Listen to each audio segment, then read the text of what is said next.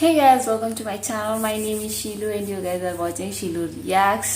तो ये जो वीडियो है, this video is little different. Proud to be born in India, Mohammed Sadriwala and कहानियाँ story telling open mic by टे पटेल. एक्चुअली ये जो H का सिंबल आपको दिख रहा होगा पीछे, इस H के सिंबल में कुणाल कामरा यही नाम है शायद, तो उनका भी वो आता है. नहीं, एक कोई कॉमेडियन है जो इस स्टेज पे कॉमेडी करता है. तो बेसिकली इस स्टेज पे कॉमेडी होती है. मोहम्मद सदरीवाला को मैंने पहली बार नहीं सुना है, but then being a Muslim he is telling a tale proud to be born in India. तो ये मुझे सुनने का मन बहुत हुआ, तो इसलिए मैं इसको सुनने की कोशिश कर रही हूँ. आई होप आप लोग इस वीडियो को प्यार देंगे. एंड बस I am blind, I am going blind to this video कि मुझे नहीं पता इस वीडियो में क्या होने वाला है. वैसे ये जनरली इस स्टेज पर कॉमेडी होती है, तो ये इस पर्टिकुलर मोहम्मद सदरीवाला के वीडियो में भी कॉमेडी होगी या फिर ये सिर्फ एक स्टोरी टेलिंग है, I don't know. Okay, so let's start it. 1 2 3 start. This story is brought to you by tapeatale.com. तो ये कहानी दो औरतों की है, काफ़ी करीब है हमारे घर से. हमारी बड़ी अम्मी की कहानी है. तो वो और उनकी छोटी बहन, वो दोनों हिंदुस्तान से काफ़ी दूर एक मुल्क है इराक़, वहाँ पे नजफ़ अशरफ करके एक जगह है जहाँ पे मौला अली के रोज़े हैं. मौला अली प्रॉफिट मोहम्मद के सन इन लॉ थे. तो वहाँ वो गए थे दोनों. उनका कुछ 5 दिन का टूर था. तो 2-3 दिन टूर के ख़त्म हो चुके थे. तो नॉर्मली जैसे जैसे भी वक्त बढ़ता जा रहा है तो ज़ायरीन के जो फुटफॉल्स है काफ़ी इंक्रीज़ होते जा रहे हैं. तो उन्होंने सोचा कि हम दोपहर के वक्त जाएंगे जिस वक्त गर्दी कम होगी. तो उन दोनों ने डिसाइड किया. दोनों बहनें अपने होटल से तैयार होके, होटल से हरम का जो रास्ता है, बीच में गली और बाज़ार आता है जहाँ पे काफ़ी सारे दुकानदार और दूसरे स्ट्रीट हॉकर्स वो सब चीज़ों को बेचते हैं. तो दोनों चल रहे थे कि अचानक से उनके कानों में एक आवाज़ आई. वो एक बच्चे के वहाँ से पसार होके गए. 12 साल का वो लड़का था, गोरा था, दुबला पतला था, चेहरे पर धूल जमी हुई थी, कपड़े उसके थोड़े खस्ता से थे. वो ज़ोर ज़ोर से कह रहा था लोगों से कि टी शर्ट ले लो, टी शर्ट ले लो. वो अरबी ज़बान में कह रहा था. 2 बहनों में से एक को अरबी ज़बान आती थी, तो कह रहा था टी शर्ट ले लो, टी शर्ट ले लो. 5 टी शर्ट सिर्फ 2000 इराक़ी में, इराक़ी वहाँ की करेंसी है. तो बहनों ने डिसाइड किया कि चलो ठीक है, जाके देखते हैं. तो जाके देखा, चेक करने लगे. फिर दूसरी बहन ने कहा कि चलो हमें देर हो रही है, हम रोज़े की तरफ निकलते हैं. वो दोनों चलने लगी. तो बच्चा दौड़ा दौड़ा पीछे आया, आके कहा क्या हुआ, आप बताइए आपको कितने में चाहिए.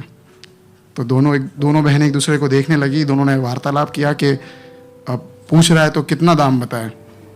तो एक बहन ने कहा उसमें से कि हम तुम्हें 1000 इराक़ी देंगे ये 5 टी शर्ट के लिए.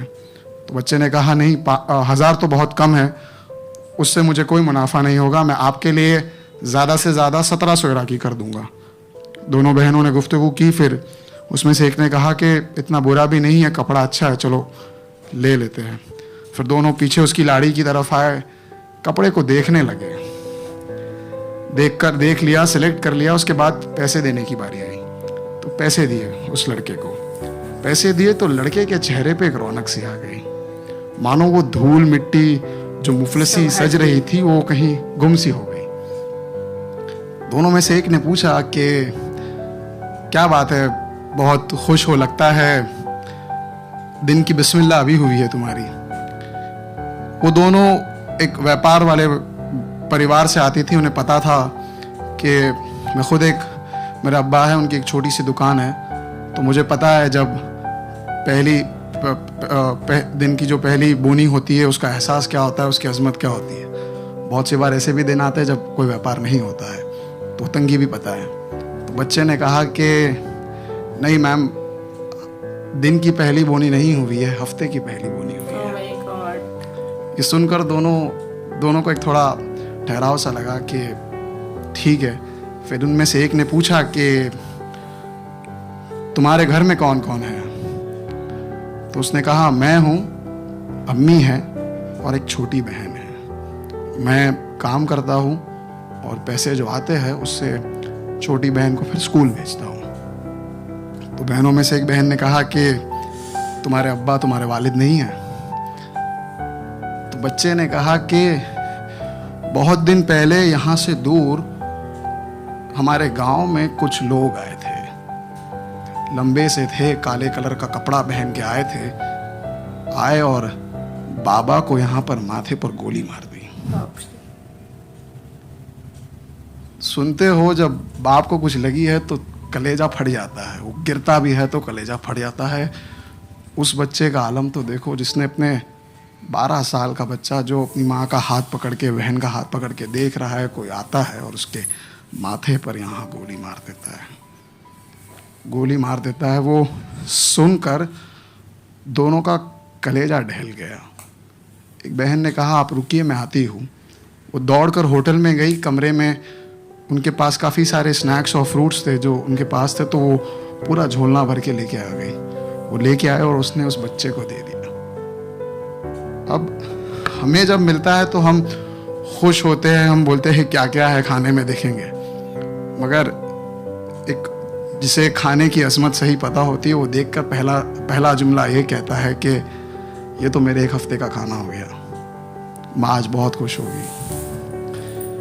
ये सुनकर दोनों को बड़ी खुशी हुई। हमारे धर्मगुरु सैयदना मुफद्दल सैफुद्दीन कहते हैं कि दुआ से बड़ी कोई दौलत नहीं है दुनिया में, दुआ से बड़ी कोई दौलत नहीं है। और एक जब निवाला उतरता है हलक से और पेट में जाता है तो दुआ यहाँ से निकलती है। तो वो दे दिया था। उसके बाद बच्चा कहता है कि मैं दुआ करूंगा मौला अली से, जिसके तुम दर पे आए हो, कि वो तुम्हारी दुआएं सारी जल्दी मंजूर कर दे। सुनकर दोनों बहुत शौक हो जाते हैं और दोनों चलने लगते हैं।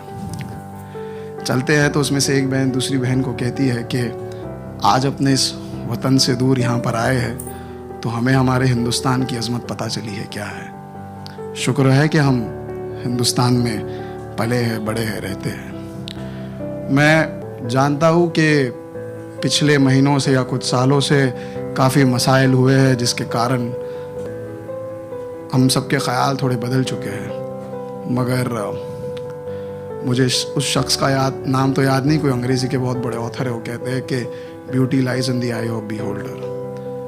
अगर आप ही आपके वतन में खूबसूरती नहीं देख सकते तो कोई दूसरा क्या देखेगा।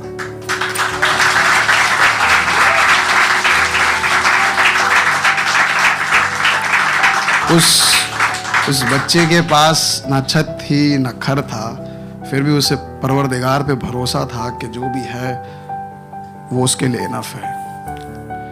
मैंने जब ये कहानी सुनी, मुझे सुनाई गई थी, छोटा सा वाक्य मुझे बताया गया था, मुझे फ़ख्र महसूस हुआ कि मैं हिंदुस्तान में जन्मा हूँ। और मुझे उम्मीद है कि आज आपको भी फ़ख्र महसूस होगा कि आप हिंदुस्तान में जन्मे हो। Thank you.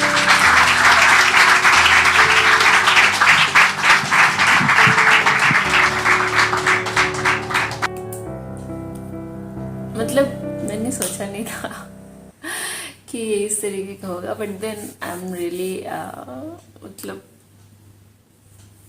कभी कभी ऐसे वाक़ये होते हैं ना कि जो आपको ऐसे झकझोर करके रख देते हैं, एंड उनको सुन करके आपको गूज बम्स आ जाते हैं, उनको सुन करके आपको रोना आ जाता है। तो वो सारी चीज़ें मेरे साथ हुई इस वीडियो में। इस वीडियो को देख करके मुझे समझ आया कि सच है यार, अगर हम अपने देश में खूबसूरती नहीं देखेंगे तो कौन देखेगा। ऐसे बहुत सी चीज़ें हैं, बहुत से वाक़ये ऐसे होते हैं। आज भी आप देखोगे ना तो आपको कहीं ना कहीं ये अच्छाई आपको दिख ही जाएगी। बहुत सी जगह आपको ये अच्छाई दिख जाएगी, बहुत से लोग आपको अच्छे काम करते हुए दिख जाएंगे, बहुत से लोग, क्योंकि हम सभी में कहीं ना कहीं अच्छाई है। एंड इन बिटवीन मैं बोलती हूँ कि जो लोग रहते हैं ना, जो लोग अच्छे, मतलब ऐसे नहीं बोल सकते कि ह्यूमैनिटी पूरी खत्म हो गई। चाहे कोई सा भी कंट्री हो, इंडिया हो, पाकिस्तान हो, अमेरिका हो, ऑस्ट्रेलिया हो, ऐसा लगता है मुझे कि वो जो लोग खराब हैं, वो चाहे वो किसी के भी देश के होते हैं ना, तो भले वो इंडिया का नहीं होकर, अगर कोई ख़राब है जो इंडिया में है, तो अगर वो इंडिया का ना होकर के कहीं भी और होता ना तो ख़राब ही रहता। वो किसी न किसी रूप से लोगों को परेशान ही कर रहा होता। और अगर कोई अच्छा इंसान है ना, तो वो चाहे कहीं भी हो, किसी के भी घर में हो, लेकिन और किसी भी कंट्री में हो, लेकिन वो अच्छा ही रहेगा। वो कहीं ना कहीं कोशिश करेगा कि मैं किसी के लिए अच्छा कर दूँ, चाहे मैं किसी को कीटो पे किसी के लिए डोनेट कर दूँ, किसी के लिए कुछ कर दूँ। कोई भिखारी है तो उसको खाना दे दो, या फिर कहीं रोड पे कोई बच्चा कुछ बेच रहा है तो उससे कुछ खरीद लो। तो ये सारी चीज़ें जो नॉर्मल लोग होते हैं ना, उनके सभी के दिमाग में ये ख्याल रहते हैं। हम लोग हमेशा ये कोशिश करते हैं कि हम लोग कुछ कर सके, कुछ अच्छा कर सके तो कर देते हैं, बिकॉज ये अच्छाई होती है, ऐसा मुझे लगता है। एंड इर्रेस्पेक्टिव ऑफ कंट्री अच्छे लोग हमेशा आपको अच्छे ही मिलेंगे, ये मेरा मानना है। एंड यहाँ पे मैं एंड करूँगी ये वीडियो। मिलते हैं नेक्स्ट वीडियो में। Bye bye.